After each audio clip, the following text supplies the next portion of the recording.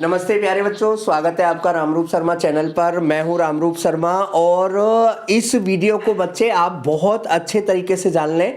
ये जो वीडियो है वो EWS का जो रिजर्वेशन मिलेगा जनरल कैटेगरी के स्टूडेंट के लिए, पहले तो आप अच्छे तरीके से इसे समझ लें।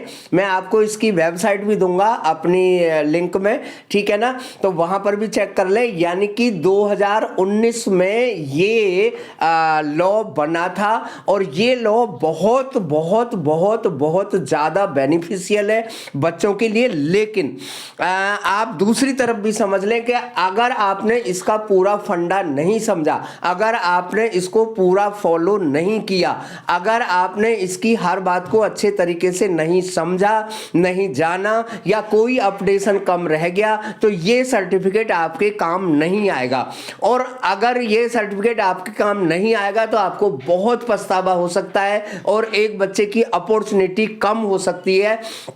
केवल आपको जानना है, केवल आपको समझना है और उसको आपको करेक्ट करना है और तब फॉर्म भरना है। मैं एक एक स्टेप को बहुत क्लियरली, इजीली, है ना, समझाता हूं। कोई भी इसे अच्छे तरीके से समझ सकता है।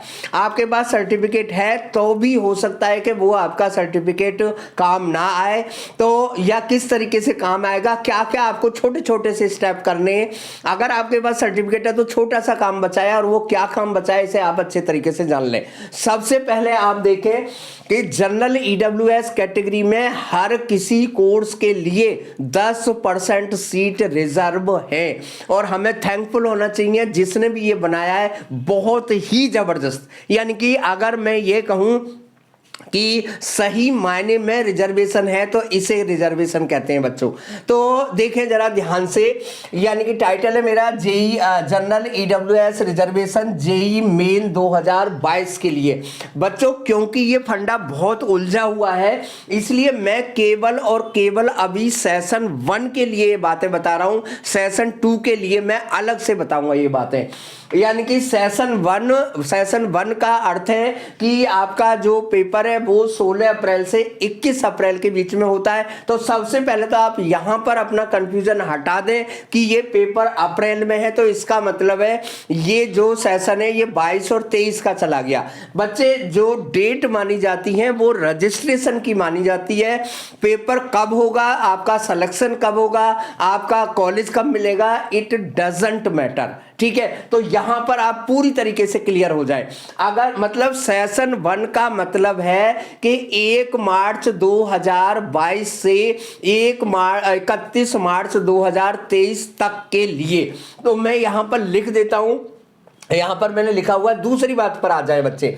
यानी कि आपका जो ये सर्टिफिकेट बना होगा वो सर्टिफिकेट 2021 और 2022 के पीरियड में बना हुआ होगा।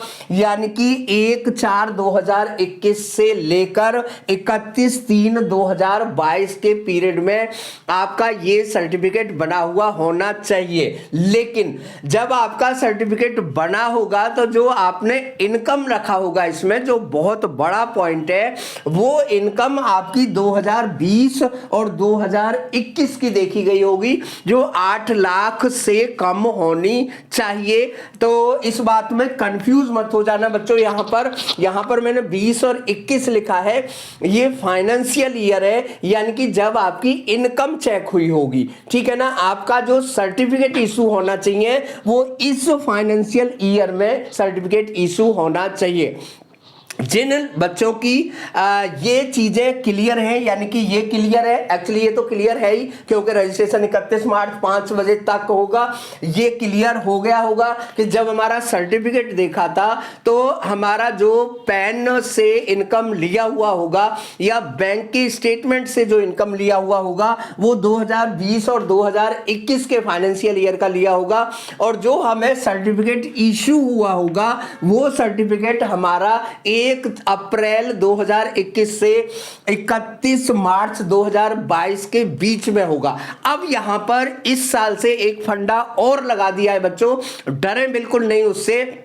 जेई ने उसके लिए थोड़ी सी छूट भी दी है, वो ये है कि अगर सपोज करिए कि आपका 10 अक्टूबर 2021 को आपका सर्टिफिकेट इशू हो गया, लेकिन अगर आपका सर्टिफिकेट 31 दिसंबर 2021 तक इश्यू हुआ है तो आपको उस सर्टिफिकेट को अपडेट कराना होगा उसी ऑफिस से जहां से वो, जिस ऑफिस से, चाहे वो ऑफिस स्टेट का है चाहे वो ऑफिस सेंट्रल का है, वहां से आपको अपडेट कराना होगा और उसे इशू कराना होगा ऑन और आफ्टर। बच्चों ये जो पॉइंट है ये बहुत इंपॉर्टेंट है। 1/1/2022 यानी कि आपको इस सर्टिफिकेट को यहां पर अपडेट जरूर कराना होगा।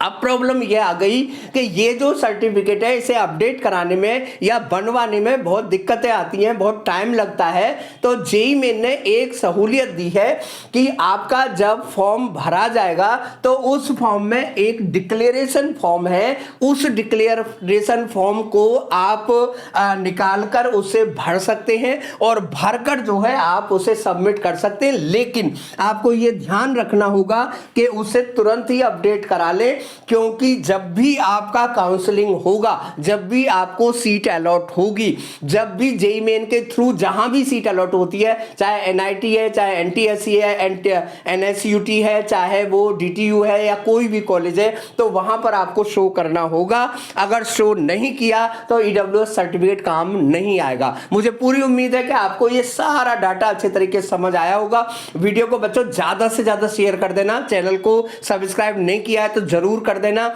ये ऐसी इंपॉर्टेंट इंफॉर्मेशन मैं जरूर लाता रहूंगा, क्योंकि इन छोटी छोटी चीजों की वजह से बच्चे को जो बेनिफिट मिलना था वो नहीं मिलता है, या फिर उसके फॉर्म में दिक्कत आती है और बच्चा डिस्टर्ब बिल्कुल भी नहीं होना चाहिए। खास तौर पे ये पेरेंट्स इसमें इन्वॉल्व जरूर हो। Thank you so much and all the very best.